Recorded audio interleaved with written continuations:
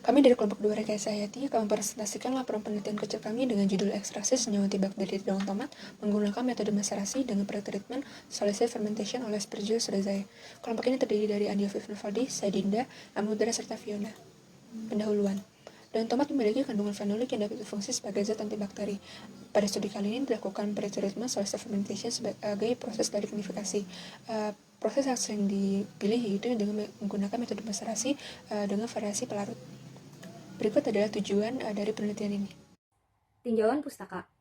Berikut adalah beberapa hal yang ditinjau pada penelitian kali ini, yaitu 1. Daun tomat, 2. Ekstraksi, 3. Senyawa fenolik dan uji fenolik, 4. Aktivitas antibakteri.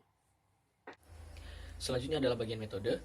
Daun tanaman tomat diberi perlakuan SSF menggunakan jamur Aspergillus oryzae selama 72 jam. Setelah itu, setelah SSF dikecilkan ukurannya menggunakan blender, kemudian masuk ke ekstraksi menggunakan maserasi. Digunakan pelarut metanol dan etil asetat selama 48 dan 72 jam, kemudian dihilangkan pelarutnya menggunakan rotary vacuum evaporator.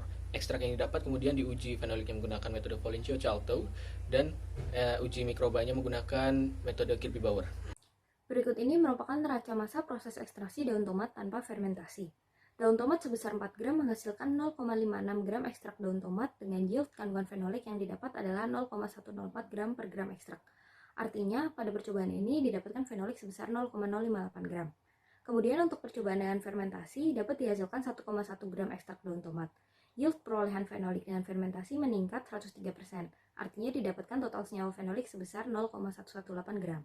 Kemudian untuk produktivitas daun tomat dengan digunakan data tahun 2018 dan dengan diberi fermentasi, diperkirakan produktivitas ekstrak daun tomat di Indonesia kurang lebih sebesar 0,53 ton per hektar per tahun. Pada proses ekstraksi, senyawa dalam sel daun akan berikatan dengan pelarut dan berdifusi keluar karena adanya perbedaan konsentrasi. Oleh karena itu, pemilihan pelarut menjadi penting. Tabel 1 menunjukkan ekstraksi menggunakan pelarut etanol menghasilkan rendemen dan kandungan yang jauh lebih tinggi dibandingkan dengan etil asetat. Hal ini dapat disebabkan karena etanol memiliki polaritas yang lebih tinggi dibandingkan etil asetat. Diketahui bahwa senyawa bipolar memiliki kapasitas yang lebih tinggi untuk melarutkan fenolik yang juga bersifat polar. Berdasarkan literatur, tidak ada konsensus tertentu mengenai pelarut terbaik untuk mengekstrak senyawa fenolik.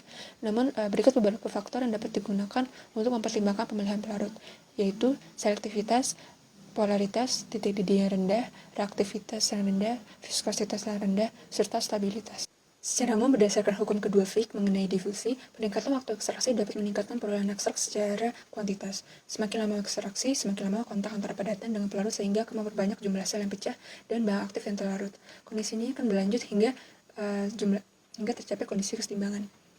Peninjauan mengenai pembahasan ini mengacu pada data tabel 1, walaupun pada literatur tersebut tidak dilakukan variasi waktu, namun jika dilakukan pengurangan waktu, terjadi kemungkinan penurunan nilai karena waktu yang biasa digunakan untuk maserasi yaitu 72 jam. Dan jika dilakukan penambahan waktu, terdapat dua kemungkinan yaitu terjadi peningkatan nilai atau nilai cenderung konstan. Pada biomasa tanaman terdapat dua jenis senyawa fenolik, yaitu fenolik bebas dan fenolik dalam ikatan. Fenolik bebas dapat diekstrak menggunakan metode maserasi seperti biasa, sedangkan metode fenolik yang dalam ikatan tidak dapat diekstrak menggunakan maserasi. Perlu dilakukan pretreatment menggunakan SSF untuk memecahkan senyawa seperti lignoselulosa dan lignin menggunakan enzim-enzim yang diproduksi oleh jamur seperti beta-glukosidase, silane-degrading enzyme, selulase, dan esterase. Terbukti dari penggunaan metode SSF terjadi peningkatan menjadi 5,3% senyawa fenolik dari biomasa dibandingkan tanpa menggunakan SSF adalah 2,6%. Selanjutnya kita menguji bagaimana aktivitas antibakteri dari daun tomat. Siva Bettelnathan melaporkan studinya mengenai aktivitas ini. Aktivitas antimikroba varietas Pitenza lebih tinggi daripada Floridade. Hal ini berkaitan dengan konsentrasi fenolik yang terdapat pada ekstrak Pitenza yang jauh lebih besar daripada ekstrak Floridade.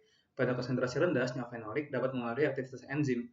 Namun, pada konsentrasi tinggi, senyawa fenolik bahkan dapat mendenaturasi protein. Beberapa senyawa fenolik juga menunjukkan selektivitas aktivitas antimikrobanya.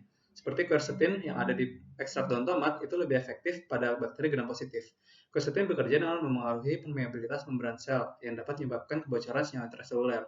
Efek ini lebih sensitif pada bakteri gram positif karena lapisan peptidoglikannya lebih tebal. Kesimpulan dari penelitian kecil ini adalah pertama, peran ekstrak daun tomat yang diekstraksi dengan maserasi menggunakan etil asetat dan melakukan fermentasi adalah 1,1 gram. 2. Lama waktu ekstraksi dapat memperbanyak jumlah bahan aktif yang terlarut. 3. Pretreatment berupa solid state fermentation dengan Aspergillus oryzae dapat meningkatkan perolehan senyawa fenolik sebesar 102,9%. Dan keempat, ekstrak daun tomat memiliki aktivitas antibakteri pada bakteri gram positif maupun bakteri gram negatif. Sekian presentasi dari kami. Terima kasih. Wassalamualaikum warahmatullahi wabarakatuh.